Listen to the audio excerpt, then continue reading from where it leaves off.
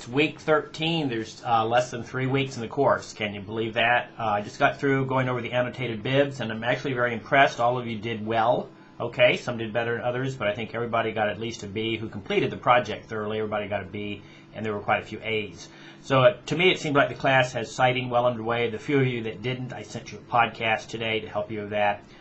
So I'm very content with the progress in the class to this point. Okay, the annotated bib, I should point out once more, was a project for you, and I've heard this discussed in faculty meetings on campus.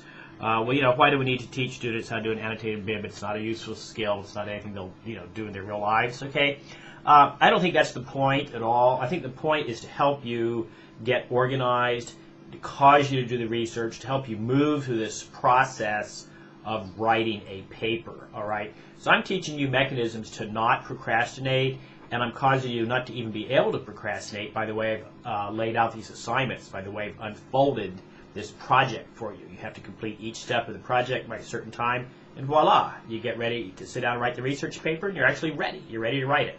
Okay, so there is no procrastination involved. Plus, the annotated bib itself, it helps you with your citing. You have to learn citing. That is a useful task.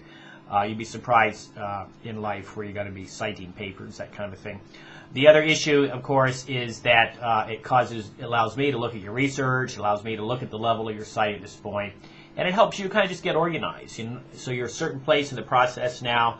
You know what your research is saying to you. You have a feeling as to whether or not you need more research. So basically, you're organized, which is really good. Now the next step then, and that's what you're doing in week 13, is to do an outline. And I've heard this discussed too, and I've even heard comments from students that, gee, I just write better when I sit down and think.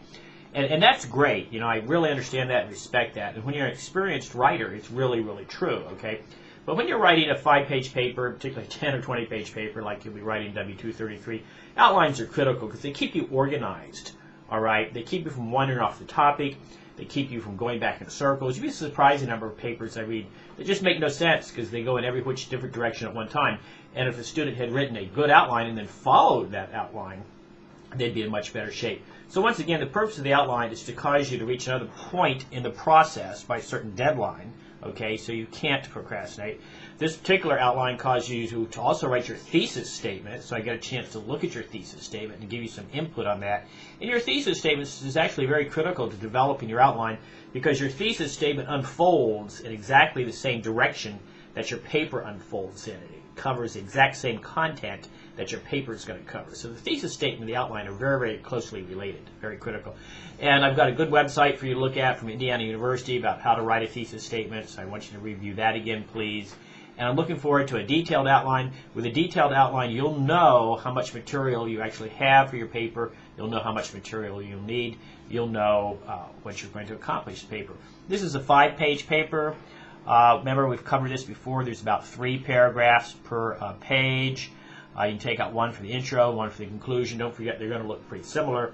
And that leaves you 13 paragraphs left. So you basically need 13 main points in your outline, or 13 subpoints of work. You can divide your paper, like if your thesis statement unfolds in thirds, you can divide your paper in thirds. You can have item 1, introduction to thesis statement, Roman numeral 1, Roman numeral 2, the first third of your body, Roman numeral 3, the second third of your body, Roman numeral 4, the third third of your body, and then Roman numeral 5, your conclusion, okay?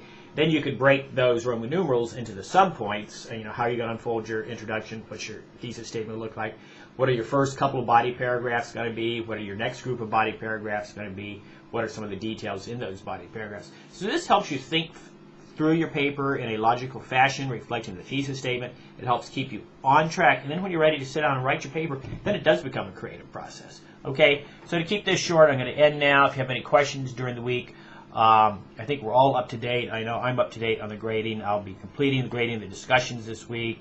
There's no more class participation, and so we're kind of through with all of that, okay, and now we're sitting down and writing the research paper. It's critical that you stay on track, that you stay on time. No more late. I'm still getting some late papers. Don't do that anymore. We're running out of time. So, hey, dig in. You're in good shape.